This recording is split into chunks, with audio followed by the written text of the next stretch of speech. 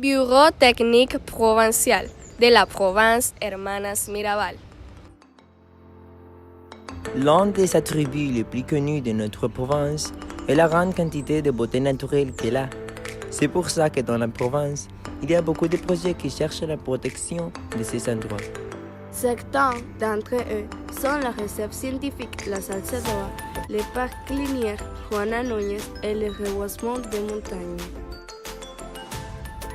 La réserve scientifique La Salcedoa a une superficie de 42 km² et elle se trouve dans la partie nord de la province. Elle fait partie du système national des zones protégées, même que de l'Association pour le développement municipal de Salcedo, qui cherche la conservation des ressources naturelles.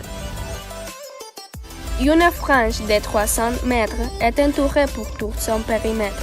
La réserve est un lieu qui compte avec des présences de brumes et aussi de basses températures, entre 22 et 25 grades. Cet endroit a été créé avec la finalité de protéger l'habitat d'origine de la plante Salcedoa mirabaliarum, une espèce endémique et surtout exclusive de notre province. La fleur est nommée mirabaliarum à l'honneur de Ser Mirabal et de la province homonyme. Par l'arrière, la réserve cherche la conservation des aquifères qui naissent dans cette région. La Salcedoa est considérée une réserve scientifique parce qu'elle a un système karstique caractérisé par des roches calcaires et des collines avec beaucoup de petits vallées entre elles. C'est pour ça que les centres éducatifs font des excursions pour apprendre plus à propos de cette zone verte. Une chose importante est que la Salcedoa est un site très touristique et de récréation, mais c'est très menacé par la pratique insoutenable de l'élevage. C'est pour ça que les autorités se sont mobilisées en faveur de leur protection. Le parc linéaire Juana Núñez a été inauguré en 2016 et c'est le premier parc linéaire du pays.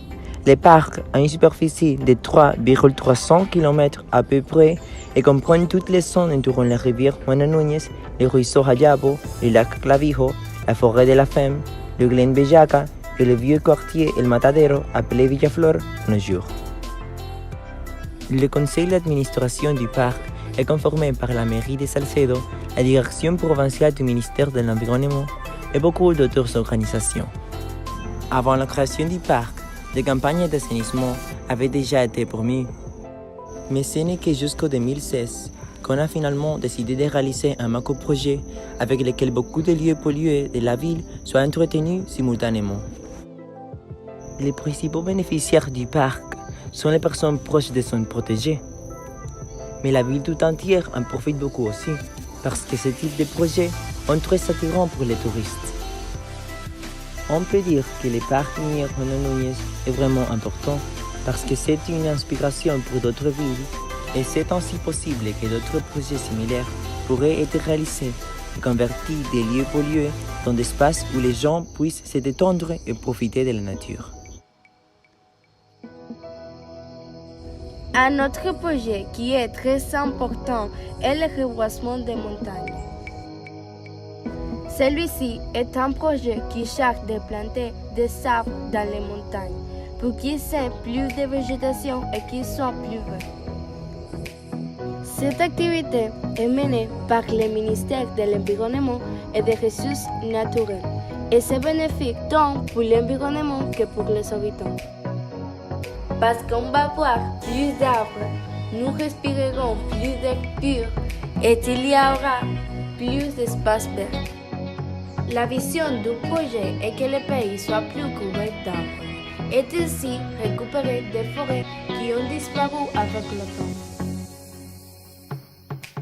Le ministère de l'Environnement et des Ressources naturelles a commencé la première saison de reboisement en 2018 dans la province, avec les espèces suivantes, le café, le cacao et les bananes.